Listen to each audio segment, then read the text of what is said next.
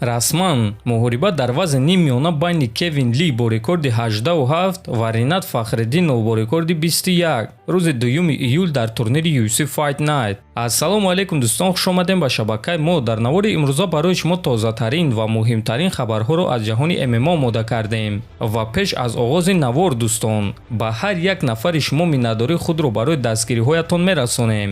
Чанд рӯз пеш ба дасти мо ҷоизаи нуқрагини YouTube омада расид. айни замон бо сабабҳои маълум ин ҷоизаро дастрас кардан хеле мушкил аст дӯстон, аммо ба ҳар ҳол бо кӯмаки якчанд бародарон ин ҷоиза ба дасти мо омада расид ва дар аввал алҳамдулиллоҳ гуфтан мехоҳам. Бо хости Аллоҳ ва бо кӯмаки шумо дӯстон мо соҳиби ин ҷоиза шудем ва барои ин ҷоизаро соҳиб шудан шумо низ бо мо ҳамроҳ буден. аз ҳамин сабаб шуморо низ табрик мекунем. акнун бошад дӯстон, роҳ ба сӯи дигар ҷоизаҳо.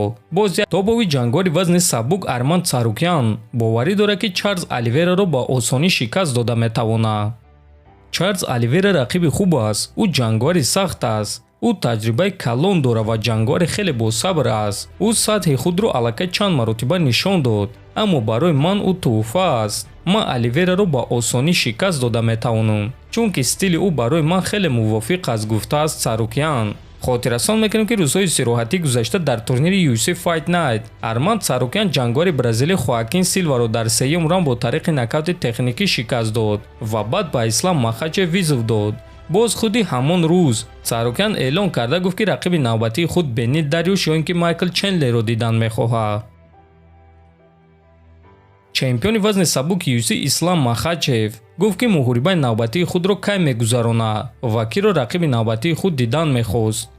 ман чанд муддат пеш дар амрико будам ва бо роҳбарони ташкилот вохӯрӣ гузарондум. ман аз онҳо талаб кардам ки ба ман тобистонӣ муҳориба диҳанд, а онҳо бошад дар ҷавоб гуфтанд ки агар ту тобистонӣ муҳориба гузаронӣ, пас дар Абудаби баромад карда наметавонӣ.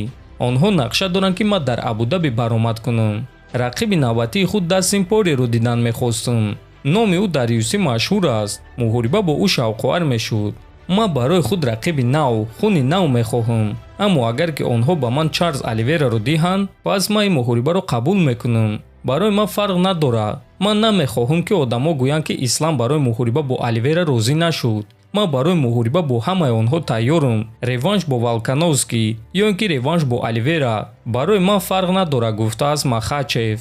хотиррасон мекунем ки роҳбарони UFC Ислам Махачевро дар муҳорибаи асосии турнири Абудаби дидан мехоҳанд, ки рӯзи 21 октябр дар турнири UFC 294 ба нақша гирифта шудааст, аммо то ҳол маълум нест ки рақиби ӯ кӣ мешавад.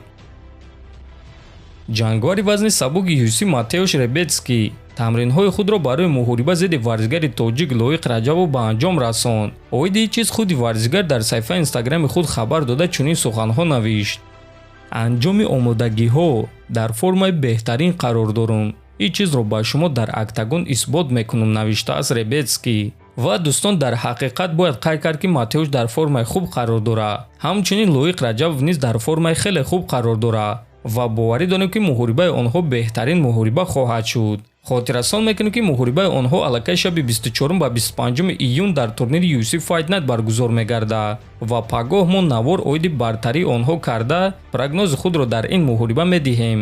шумо боша моро дастгирӣ кунед ва наворҳои навро интизор шавед. то боздид хонободу сарбаланд бошед.